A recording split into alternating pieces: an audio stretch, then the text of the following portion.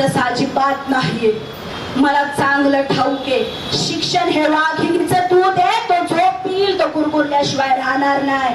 आणि म्हणूनच मी सांगतो, कदाचित एक शिकलेला प्रस्थापित या देशाचं वाटोळं करू शकतो, पण एक अस्पृश्य जर शिक्षण घेतलं तर साऱ्या जगाचा उद्धार करतोय. मी चांगलं जाणून त्यांचा तो करारीपणा, त्यांच्या डोळ्यातलं ते तेज, त्यांच्या चेहऱ्यावरची ती प्रज्ञा, त्यांचं तेजस्वी रूप आणि या समाजासाठी, या दलितांसाठीची त्यांची कळकळ, सगळं सगळं बघून माझं मन भरून आलं. माझ्या डोळ्यात पाणी दाटून आलं. मला त्यांचे शब्द ऐकल्यावर सुभेदार बाबांचं शब्द खरं वाटायला लागलं की या दीनदलितांसाठी माझ्या साहेबांना काहीतरी केलं. त्यांचा तो अवतार बघून मला छत्रपती शाहूंचे शब्द खरे वाटायला लागले. या सगळ्या दलितांना, या देशातल्या लोकांना माझ्या साहेबाच्या रूपानं योग्य नेता भेटला, त्यांचा खरा बाप भेटला. तुम्हाला वाटतं का वा असं माझ्या साहेबांच्या रूपानं तुम्हाला तुमचा नेता भेटला होता? वाटतं तुमचा योग्य नेता भेटलेला का यांच्या रूपानं? तुम्हाला वाटते तुम्हाला तुमचा खरा बाप भेटला होता साहेबाच्या रूपाने? किती गुणी लेकरं असताल तुम्ही सगळे. तुमच्या सगळ्यांना जरी माझ्या साहेबांच्या रूपानं तुमचा योग्य नेता भेटला होता, तुमच्या सगळ्यांचा खरा बाप भेटला होता ना पोरांनो, तरी त्यांचं घरातलं बाप पण आणि माझा आई पण दुःखाच्या आणि मृत्यूच्या पडद्याआड पारीरून गेलं होतं. कसं ते सांगते तुम्हाला. सगळं दुःख एकदमच सांगितलेलं बरं.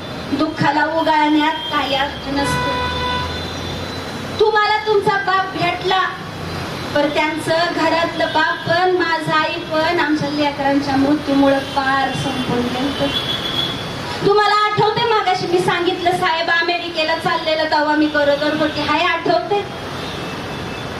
साहेब जायचं दुःख असायचंच होत, पण घरात कधीच पोटाला पोटभर खायला नव्हतं मिळत आम्हाला. शिळ भाकरीचं तुकडं असायचं, कुणाकडून मागून आणून खायचं. नाही का तर मेलं तरी चालेल, पण स्वाभिमानानं शिकायचं, स्वाभिमानानं जगायचं. कधी कुणापुढे हात पसरलं नाही. कार्यकर्ते पैसे आणून द्यायचं, मी घेत नसायची. घरात कधीच पोटाला पोटभर खायला नसायचं. आणि मी तशात गरोदर, 2 जीवांची. एकाच बाईला किती लागतंय? 2 जीवांनी तर कसं खायला पाहिजे. पण मला माझं पोट भरणं होत नव्हतं. माझ्याच पोटात अन्नाचं कण नाही, त्या पोटातल्या लेकराला कुठनं काय मिळणार आहे. त्यामुळं झालेलं पोरग तब्येतीनं नाजूकच जन्माला आलं. त्याचं नाव रमेश ठेवलं होतं. लय किडकिडा होता, सारखा किरकिर करत असायचा. सांगू कुठलं दुःख घेऊन जन्माला आलता माहित ना. झोपायच्या आधी बी रडायचा, झोपताना रडायचा, झोपेतनं उठल्यावर बी रडायचा. लय नाजूक तब्येतीनं पोर होत. त्याला कधीच दूध म्हणून प्यायला भेटलं नाही बहिणींनो. मी त्याला पिठामध्ये पाणी कालवून पाजायची, भाताची पेज करून पाजायची, पण त्याची भूक कधी भागली नाही. एक दिवस असंच त्याला मांडीवर घेऊन लय किरकिरत होता.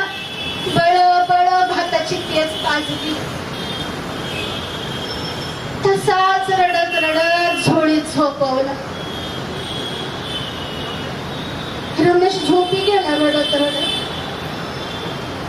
लय वेळ झालं त्याचा आवाज यायला म्हणून बघायला गेली. त्याला झोळीतनं काढून माझ्या मांडीवर घेतलं. पण तो कायमच झोपी गेलता.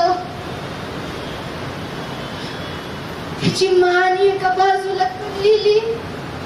मगाशी पाजलेली भाताची पेज वाटत सुकून खाली. छातीचा भाता पण झालेला. पावसात टाकून दिला. मगाशी त्याला भाताची पेज पाजाय घेतलं होतं मांडीवर, तेव्हा माझ्या थानाला चाचपत होतं व लेकून त्याला दूध द्यायचं होतं, पण मला दूध येतच नव्हतं. माझ्या पोटातच काय नसायचं, मला पानाच कधी फुटला. तशानं माझ्या रमेशची भूक कधी भागली नाही. मला दूध येत नव्हतं आणि कच्चं दूध आणावं तर माझ्याकडे जमली नाही. दुधाच्या एका घोटाशिवाय गेला रमेश. असाच सोडून गेला. त्याच्यानंतरची इंदू, तिचं तर काय सांगू. पोरी आपल्या बापावर जाते. इंदू ह्यांच्या वाणीच होती हो दिसायला, गोरी पान, मोठ्या डोळ्याची, लई देखणी पोर होती. पण आम्हाला पोरीचं सुख नाही लाभलं. हिंदूला एका आजारपणात लई जुलाबन उलट्या झाल्या. मी औषध आणायला गेली पण मला दिलं नाही औषध, का तर माझ्याकडे दमडी नाही. घरातल्या औषधानं इंदूला फरक पडला नाही. 4-5 दिवस ते हाल होऊन माझी हिंदू मला सोडून गेली. रमेशवानीच अगदी सहज.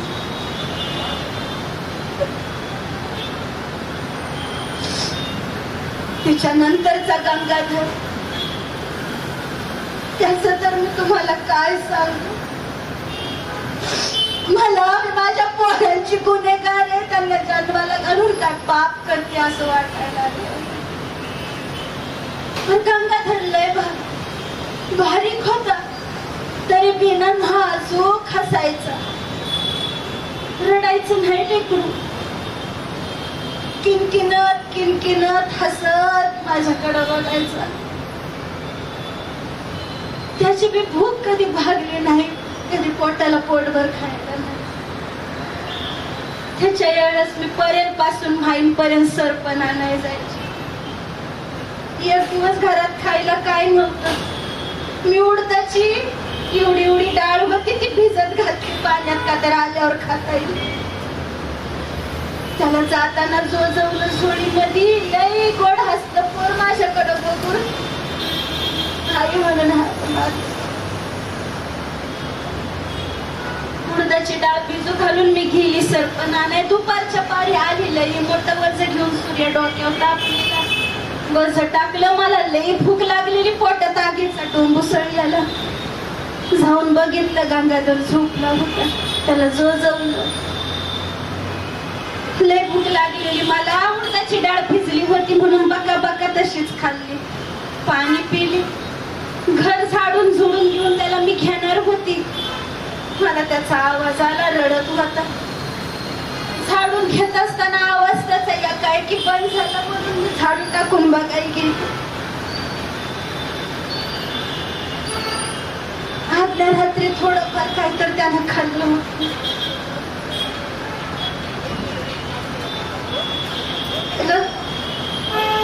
झोळीतनं काढताना माझे हात थरथरत होते, का तर मला रमेश आठवायला लागलेला. माझ्या काळजात धस झालं. गंगाधरला काढलं झोळीतनं.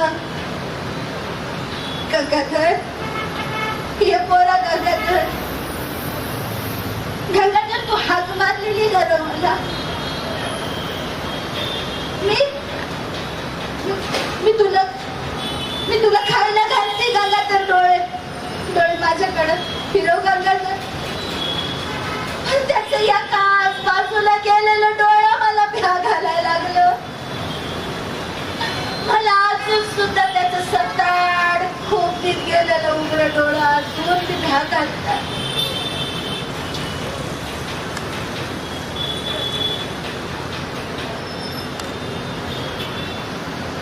त्याचा आवाज नाही आला. त्याच्या डोळ्यांची मला भीती बसली अजून. गंगाधर तुम्हाला हाक मारलेली ना, बरं बोल ना माझ्याशी गंगाधर, माझ्याकडे बोल गंगाधर. नाही बोलला माझा पोर. सकाळी हसला तेवढंच आठवतोय.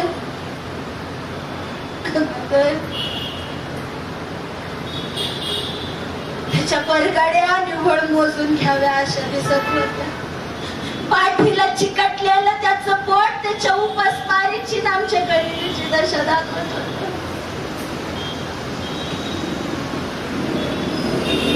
सोडून गेला गंगाधर.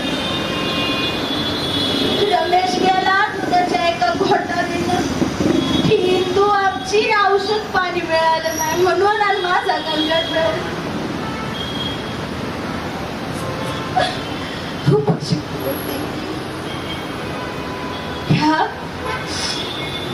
समद्या लेकरांना मी माझ्या ह्याच वटीमध्ये माझ्या पदराचं तुकडं करून त्याच्यात गुंडाळून घराच्या माग मातीत स्वतःच्या हाताने खड्डे करून काढलं होतं.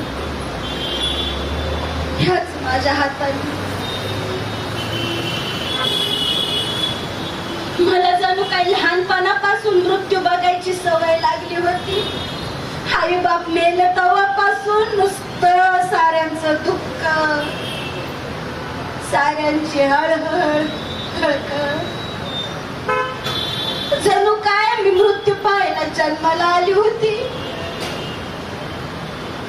रडून रडून माझ्या डोळ्यातलं पाणी आटून समजे मृत्यू मी असेच सहन केले. पण माझ्या साहेबांना ह्या गोष्टींची सवय नव्हती हो.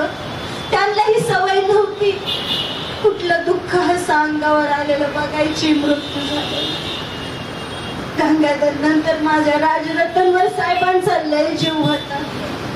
बाकीच्या लेकरांचं काय करता आलं नाही म्हणून साहेब त्याला लय जीव लावायचं. खायला प्यायला घालायचं, खेळवायचं, लिवायचं, शिकवायचं. म्हणायचं साहेब हा माझ्यासारखा पराक्रम होणार. त्याला 4-5 दिवस ताप येत जात होता. निमोनिया झालेला कळलं नव्हतं. मी धुणं वाळत घालत होते आणि तेवढ्यात उन्हात चक्कर येऊन राजरतन पडला. मी कोर्टात निरोप धाडला. ते तातडीने येऊन त्याला मांडीवर घेऊन गाडीत दवाखान्यात न्यायला लागली. पण त्यांच्या मांडीवरच राजरतननं शेवटचा श्वास घेतला. अगदी सहज. साहेबांचं कोणाला ही गोष्ट लय लागली होती. त्यांना खरं वाटत नव्हतं त्यांचा जन्म दिलेलं लेकरू त्यांच्या मांडीवर असं श्वास सोडून गेलं. साहेब पार खचून गेले. साहेबांना ही गोष्ट खरी वाटना. साहेबांचं सगळ्यांवर लक्ष उडलं. जिथं राजरतन झोपायचा, खेळायचा, खायचा तिथं साहेब जात नव्हतं. लोक भेटायला यायची, भेटत नव्हतं, बोलत नव्हतं. माझ्याशी मी संन्याशी वृत्तीनं वागायला लागलं. माझ्याशी मी काहीच बोलना. कार्यकर्ते भेटायला यायचे, त्यांना भेटत.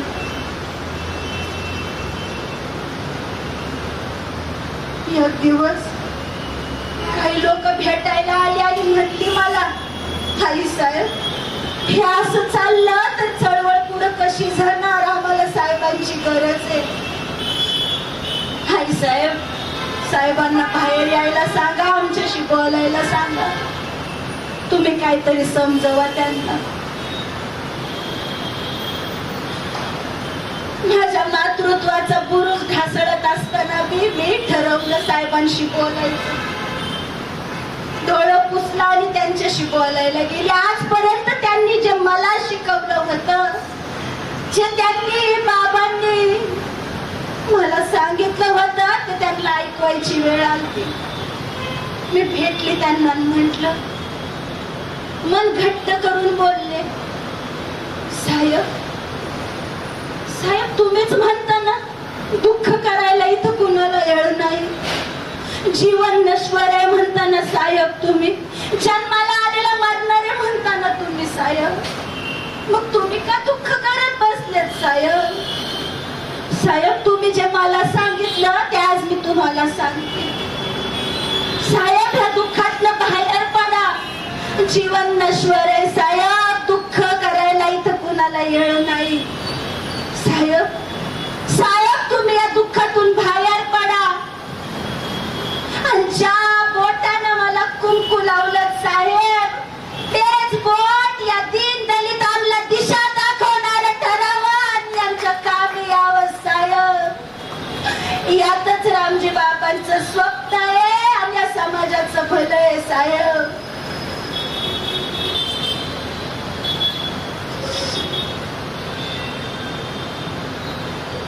माझा शब्द ऐकून साहेब खैवरलं आणि धीर करून बाहेर आलं. लोकांना बोला. माझं सगळं काही संपून गेलं होतं तरी मी ह्या दीन दलितांसाठी मला उभं राहावं लागणार होतं साहेबांच्या पाठीशी.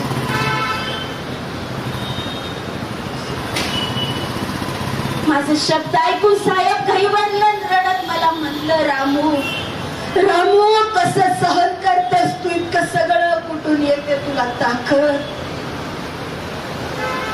मला पण प्रश्न पडायचा, कुठून येते मला ताकद?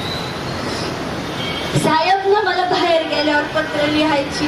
ते पत्र मी माझ्या उशापाशी अशी जपून ठेवायची. रात्री झोपताना त्यातले एक एक पत्र काढून वाचायची. लय काय काय लिहायचं साहेब.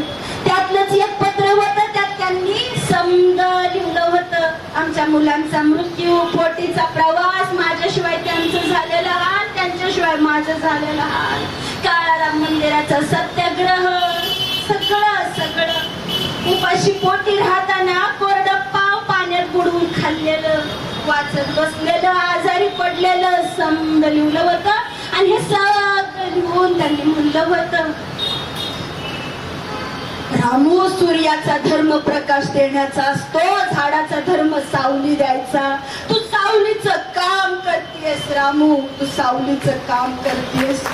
मी आयुष्यात तुला काय देऊ शकलो नाही. तुझा फार मोठा गुन्हेगार आहे. या संसारासाठी तू जळत राहिली, झिजत राहिली, स्वतःला जंग जंग पछाडत राहिलीस. मी तुझा खूप मोठा अपराधी आहे रामू. पण एक लक्षात ठेव, मी तुला काही दिलं नसलं तरी या 9 कोटी लेकरांच्या गळ्यातला तू ताईच झालीस रामू, त्यांची आई झाली. हे भाग्य कोणत्या नारीला मिळणार नाही रामू, कोणत्या नारीला मिळणार नाही.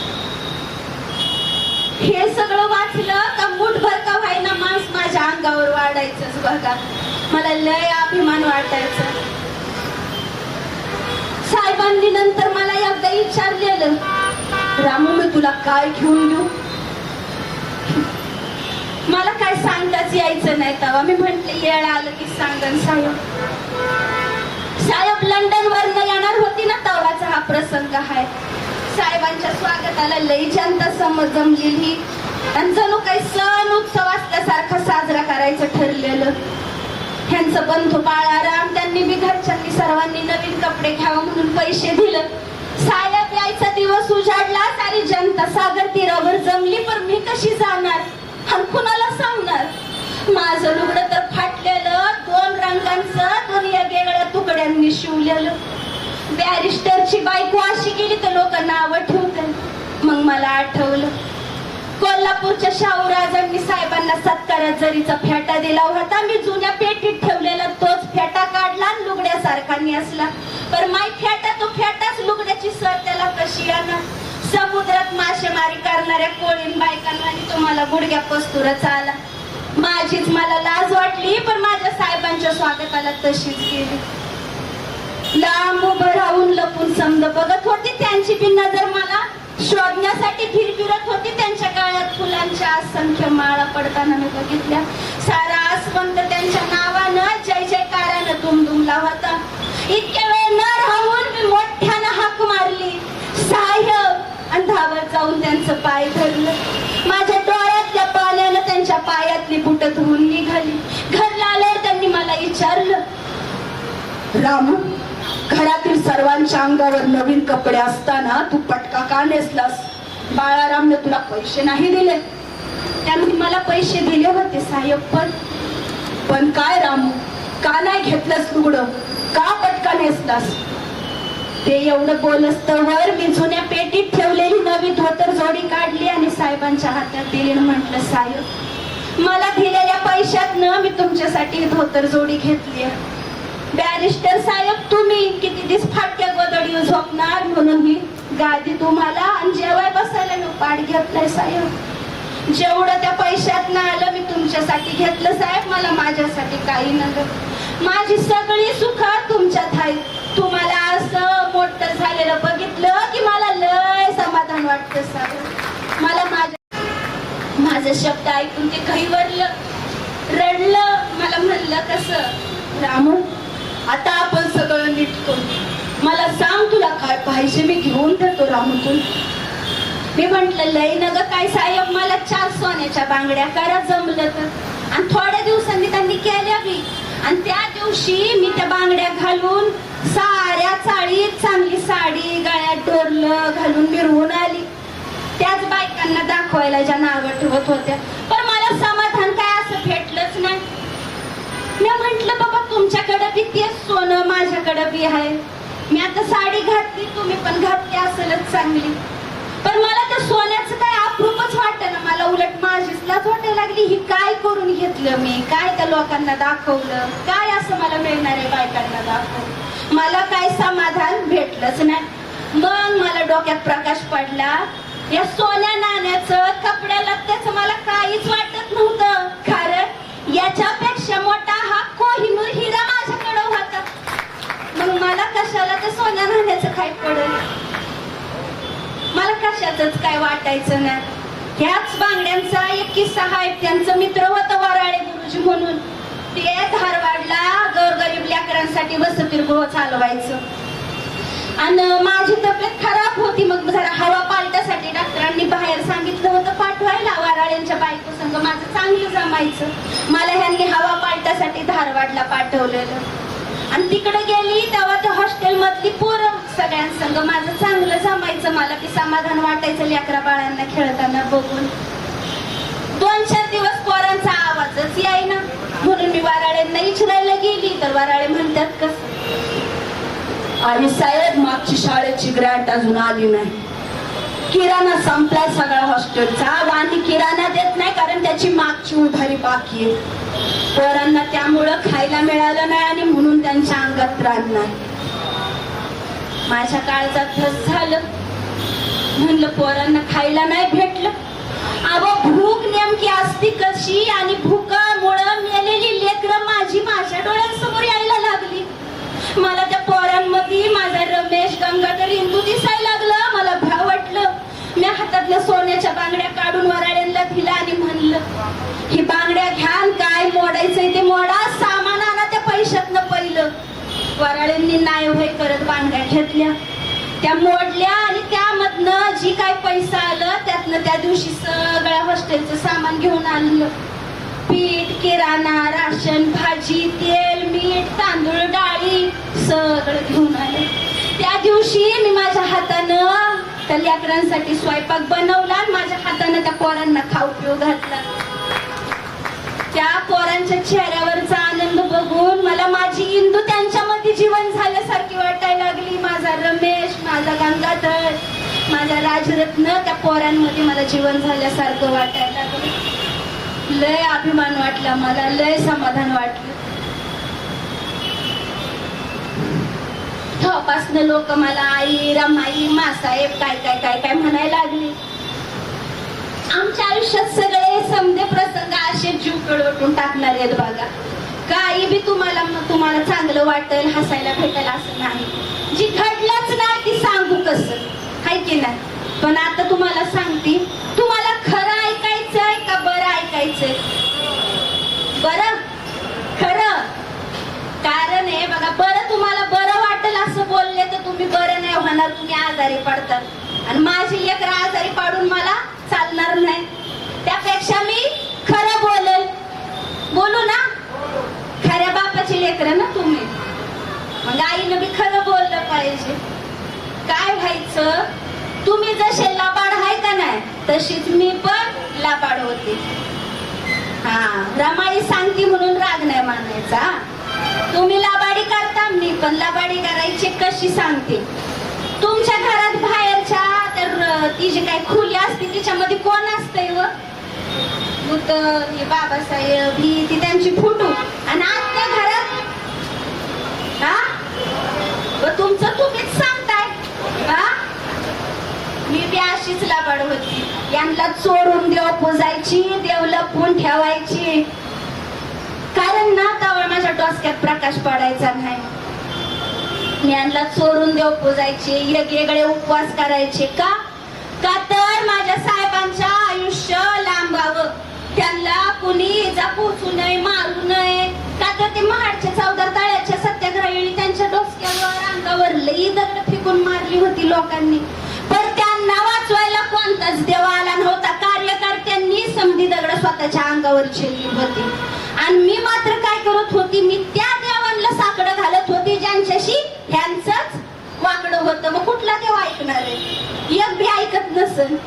पण मला तेव्हा शेजारनी असं लय काय बाय सांगायच्या. एकदा एका शेजारणीनं असंच सांगितलं त्या पंढरपूरच्या इठू बद्दल. तो इठू म्हण जनीच्या मदतीला येतो, त्याने कान्होपात्राला वाचवलेलं, चोखोबाला मदत केली, असं लय काय बाय सांगितलं. म्हणजे तुझ्या नवऱ्याचं ते आयुष्य वाढवून देईन, जा पंढरपूरला. आणि तेव्हा मी असायची आजारी, आणि बघा बायको आजारी असली की नवऱ्याकडे काय जरा थोडी गुलाबीनं लाडानं मागायला गेलं की नवरा हो म्हणतोय, जाऊ दे बाबा आजारी आहे. होते का हो असं? मी त्या आजारी म्हंटल जाऊ दे, साहेब माझं लय काळजी घ्यायचे, ऐकायचे, म्हणून मी गेले साहेबांकडे लाडी लाडी सांगायला. म्हंटल साहेब मला पंढरपूरला जायचं. पंढरपूरला? कशाला जायचं तुला पंढरपूरला? साहेब मला पंढरपूरला इठूच्या दर्शनाला जायचं. पंढरपूरला इठूच्या दर्शनाला? अगं तो पंढरपूरचा पांडुरंग खालच्या जातींना दर्शन देत नाही. 700 वर्षांपूर्वी त्यांनी चोखोबाला दर्शन दिलं नव्हतं. अगं जो देव आपल्या भक्तांना दर्शन देत नाही त्याच्याकडे कशाला जायचं? तू या पंढरपूरचा खूळ डोक्यातून काढून टाक. मी बी म्हंटल आता मी त्यांचीच बायको, एवढी वर्ष त्यांच्या संग राहून थोडी तर शहाणी झाली असेल का नाही. मला बी प्रश्न पडलेला, तुम्हाला बी पडत असेल. मग मी बी विचारलं, तुम्ही पंढरपूरच्या इठूला नाही म्हणताय, मग तुम्ही काळाराम मंदिराचा सत्याग्रह कशा पायी केला? बरोबर आहे का नाही? तुम्हाला नाही पडला कधी प्रश्न? मला पडला. म्हणून तुम्ही काळाराम मंदिराचा सत्याग्रह कशा पायी केला? तर साहेब मला म्हणतात कसं? अगं रामू, तो सत्याग्रह दर्शनासाठी नव्हता, तर समतेचा हक्क बजावण्यासाठी होता. कोणत्याही देवाच्या दर्शनासाठी नव्हता. आपण माणूस म्हणून जगताना आपल्याला हिंदू म्हणवलं जातं, पण हिंदूंचे अधिकार मिळत नाहीत आपल्याला. आणि म्हणून आपल्यातल्या प्रत्येक हिंदूला जर हे हिंदू म्हणत असतील तर ह्यांनी सगळ्यांना सारखे अधिकार दिले पाहिजेत. मंदिर प्रवेशापासून ते पाणवठ्यावरनं पाणी घेण्यापर्यंत देखील. आणि मला सगळ्यांना ते समान हक्क मिळवून द्यायचे, म्हणून तो लढा उभारला होता, कोणत्याही देवाला पाहण्यासाठी नव्हता.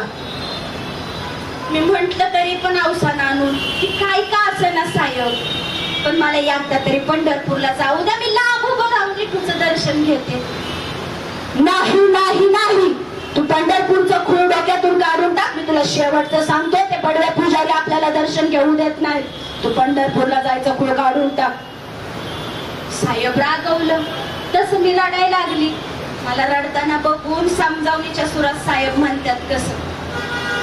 अगं रामू, आपण आपल्या त्यागानं, आपल्या भक्तीनं वेगळं पंढरपूर उभं करू, पण त्या ठिकाणी लोक दर्शनासाठी येणार नाहीत, त्या ठिकाणी लोक भक्तीसाठी येणार नाहीत, तर क्रांतीसाठी येतील आणि बंधमुक्त होतील. असं पंढरपूर आपण निर्माण करू. अगं लहानपणी बाबा मला कबीरांचे दोहे म्हणायला सांगायचे. त्यातला दोहा ऐक, दुनिया इतनी बावरी जो पत्थर पूज जाए, घर का पत्थर कोई न पूजे जिसका पिसा खाए.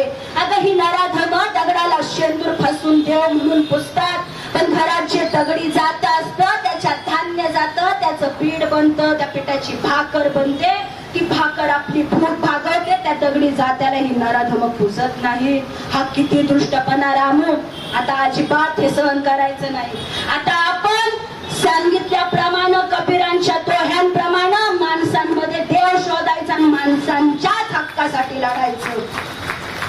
आपण आपलं पंढरपूर निर्माण करू रामू, जिथं विज्ञानाचा गजर होईल, जिथं सम्यकतेचा समानतेचा संदेश असेल, जिथे बुद्धाची चळवळ उभेल आणि गावोगाव पसरेल असं पंढरपूर आपण निर्माण करू. आणि केलं की पंढरपूर निर्माण तसलं सांगा कुठं? नागपूर नक्की का? जाता का मग ह्या पंढरपूरला का त्या?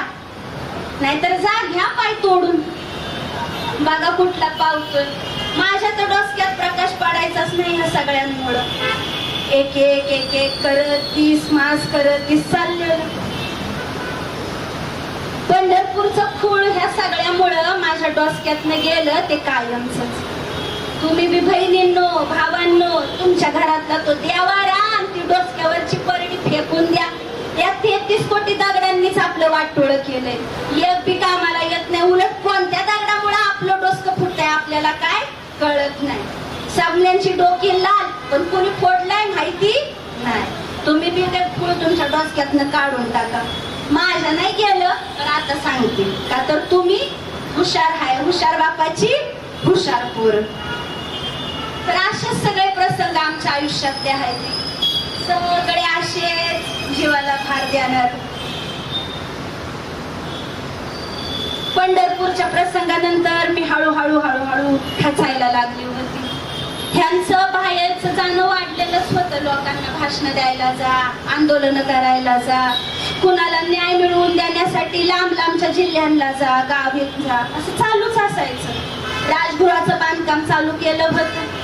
घरातलं काय हाय नाही ती सोनं नाणं सगळं मोडून सुरुवात केली. आणि त्या राजगृहामध्ये त्यांनी त्यांचा जीव ज्या गोष्टीवर सगळ्यात जास्त होता त्याच्यासाठी एक खोली बांधायची ठरवलेली, ते म्हणजे पुस्तकं. त्यांचा सगळ्यात जास्त जीव पुस्तकांवर होता आणि त्यांची इच्छा होती, त्यांचं स्वप्न होतं की त्या पुस्तकांच्या खोलीमध्ये त्यांच्या रामूला खुर्चीत बसून पुस्तक वाचताना त्यांना बघायचं होतं. राजगृहामध्ये आम्ही समधी असायचो पण साहेब नसायचं, का तर सारखं बाहेर गावी जायचं लोकांना का त्यांच्या प्रश्नातनं सोडवण्यासाठी. इकडं माझा जीव साहेबांसाठी लय तरफडायचा. माझी लय इच्छा असायची की साहेबांनी यावं घरी, पोरांमध्ये थांबावं, माझ्याशी बोलावं, पण वेळ भेटायचा नाही त्यांना. माझी तब्येत हळूहळू लय खचायला लागलेली. माझं शरीर आता मला साथ देत नव्हतं. पण मला माझ्या साहेबांसंग असंख्य घरात प्रकाश पेरायचा होता. मला तुमच्या पण हातात त्या बुद्धाच्या सम्यक क्रांतीची, माणुसकीच्या शांततेची सगळी काही सुगंधित फुलं द्यायची होती. पण माझं शरीर मला आता साथ देत नव्हतं. हळूहळू मी हातरून धरलेला आठवतंय. साहेबांची वाट बघत मी अशीच राजगृहाच्या पायऱ्यांवर बसून असायची. ते जायचं त्या दिवशी खाल्लेलं असायचं, ते त्या दिवशी येणार, त्याच दिवशी ते आले तर माझ्या घशाखाली भाकर तुकडा जायचा. मला खोकल्याचा त्रास सुरू झालता.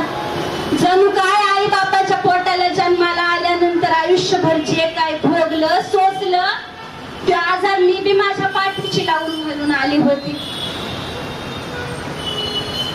माझी इच्छा असायची साहेबांनी माझ्या संग आल्यानंतर लय बोलावं, पण कार्यकर्त्यांची रीत आणि पुण्यांदा हे निघून जायचं. मी हळूहळू हातरून धरलेलं मला आठवतं. साहेब औरंगाबादला एका कामासाठी गेलं होतं. लेण्या बघायला गेल्यावर इकडं माझी तब्येत खराब झाल्याची कोणा तर कार्यकर्त्यानं त्यांना तार पाठवली. साहेब तातडीनं आलं. माझ्यासाठी समद डॉक्टर त्यांनी लावलं होतं. मला आठवत होतं आज बी. हे डॉक्टरचा प्रसंग आहे तो बी सांगते. आमच्या इथली शांताक्का होती बघा, राम्यान शांताक्का, शांताक्काचं कोर राम्या. आम्ही असंच राजगृह सोडण्यापूर्वी शांताक्का राम्याला घेऊन आली होती. राम्याला किरकिर करत होता म्हणून 4-5 दिवस ताप ये जा करायचा त्याचा. शांताक्का येऊन म्हणली मला तुझ्या साहेबाला भेटायचंय, डॉक्टर साहेबाला. घेऊन गेलो तिला आम्ही. साहेबांकडे 2-4 माणसं होती, लक्ष्मी होती, गौरा भेटायला आलेली. आणि शांताक्का राम्याला घेऊन गेली साहेबांपुढे आणि म्हणली अरे भीमराव, ही राम्या लय दिस झालं नुसताच किरकिर करतोय, त्याला ताप येतोय जातोय, जरा बघशील का त्याला? साहेबांना प्रश्न पडला, त्यांच्या कपाळावर आठ्या. ती म्हटलं म्या काय बघणार? ती म्हणली अरे तू डॉक्टर आहेस ना, ह्याला जरा 2-4 गोळ्या औषध दे, माझ्याकडे पैसा नाही तर लोकांकडे जाऊ कशी, दवाखान्यात जाऊ कशी, तू डॉक्टर आहे, तू ह्याला बरं कर. सगळी कार्यकर्ते हसायला लागली. आम्ही बी त्यांचं उत्तर ऐकायला बघत होतो. एवढ्याच साहेब म्हणलं अगं शांता का तू समजते तसं मी माणसांच्या शरीराला बरा करणारा डॉक्टर नाही, तर ह्या माणसांच्या मेंदूला ह्या हिंदू धर्म संस्कृतीच्या धर्मग्रंथांमुळे जी कीड लागलीये ती कीड साफ करणारा मी डॉक्टर आहे. पैसे घे आणि काय राम्याला दवाखान्यात जाऊन आणायचा. त्या दिवशी मला कळलं की डॉक्टर मध्ये फरक असतो. तुम्हाला फरक कळतो का नाही मला काय माहित नाही, पण मला त्या दिवशी कळलं सगळं डॉक्टर एकीकडं आणि कुठलं काय डॉक्टर बाबासाहेब आंबेडकर एकीकडे. म्हणजे जगातला सगळ्यात मोठा डॉक्टर कोण? डॉक्टर बाबासाहेब आंबेडकर. तेव्हापासून मला बी वाटायचं की साहेबांना अजून काहीतरी सांगायचं असं, लोकांना अजून काहीतरी शिकवायचं असं. अशा कोणत्या गोष्टी असतील ज्या साहेबांच्या मनात अजून राहिल्या असतील. मला म्हणायचं सारखं रानू मी हिंदू धर्मात जन्माला आलो पण मी मरणार नाही हिंदू म्हणून. या धर्मग्रंथांना आग लावल्याशिवाय मी राहणार नाहीये. माणसाला माणसात आणल्याशिवाय मी राहणार नाही. मला फक्त तुझ्या साथीची सोबतीची गरज आहे. मी तब्येत सांभाळावी म्हणून त्यांचा लय जीव तुटायचा, पण माझं सगळं लक्ष त्यांच्याकडं. त्यांनी नीट राहावं म्हणून कोणत्या बी आया बायाचं ऐकून अजून एकेका देवाची भर आयुष्यामध्ये. माझी इच्छा एकच असायची की आता साहेबांसंग बोलायला भेटावं. मला माझ्या जीवाचं आता काही खरं वाटत नव्हतं. मी आजारी पडली, हातरून धरलं. साहेबांना कोणा कार्यकर्त्यांनी तार करून तातडीनं बोलवून मी घेतलं. साहेब आलं, माझं डोकं मांडीवर घेऊन मला कॉफी पाजली, औषधं दिली. मला लागलेली खोकल्याची उबळ त्यांना बघवण, माझी खराब तब्येत बघून कळकळून प्रत्येक डॉक्टराला सांगत होतं, जीव तोडून बोलत होतं, रडत काहीही करून माझ्या रामूला वाचवा. पण डॉक्टर म्हणाले बाबासाहेब आंबेडकर आता आमच्या हातात काय नाहीये. राजरतन पोटात होता तेव्हाच आई साहेबांना टीबी झालेला आणि आता तो आजार वाढत गेलाय. सगळी परिस्थिती आता नीट होती, सगळं काही भेटत होत. त्यांना वाटलं औषध पाण्यानं त्यांची रामू बरी होईल, पण मला औषध पाण्याची गरज नव्हती. मला माझ्या साहेबांसंग बोलायचं होतं. मी त्यांना माझ्यापाशी बसवलं. माझं डोकं मांडीवर घेऊन साहेब बसलं होतं. आमचा यशवंत कोपऱ्यात बसून भयभीत नजरेनं रडत होता. जेवणाचं ताट मोर आलेलं, त्यांनी मला एक घास तोडून खायला घालायला घेतला. मी नको म्हणली. आमच्या यशवंताला बोलवलं आणि आम्ही आयुष्यात पहिल्यांदा दोघांनी मिळून आमच्या लेकराला तो घास चारला. आमच्या लेकराला आम्ही एकत्र मिळून चाललेला घास. मला माझ्या साहेबांसंग लय बोलायचं होतं. आयुष्यातल्या जणू पहिल्याच आणि शेवटच्या गप्पा मारायच्या होत्या. मी म्हणलं त्यांना साहेब, त्यांचं डोळ्यातलं पाणी थांबणं, त्यांचं रडू बघून माझं काळीज तुटत होतं. मी बोलली त्यांना साहेब तुम्ही तुमच्या जीवाला लावून घेऊ नका, तुम्ही वाईट वाटून घेऊ नका की तुम्ही तुमच्या रामूला काही केलं नाही म्हणून. साहेब हे डोक्यातनं काढून टाका. तुम्ही मला खूप दिलं साहेब, खूप दिलं. हवं ह्या बहिष्कृत भारतातल्या बहिष्कृत माणसाचं दुःख तुम्ही तुमच्या काळजावर कोरून घेतलं साहेब. त्यात माझ्या आजाराची दुःखाची भर नको. हवं मला तुम्ही खूप सुख दिलं साहेब, खूप समाधान दिलं.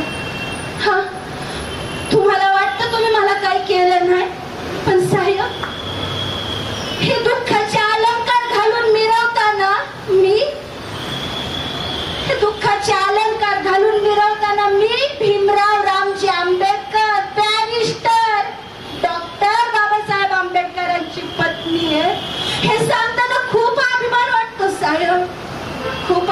वाटतो. तुम्हाला वाटतं तुम्ही माझ्यासाठी काही केलं नाही, मला काही नकोय साहेब, काही सुद्धा नको मला.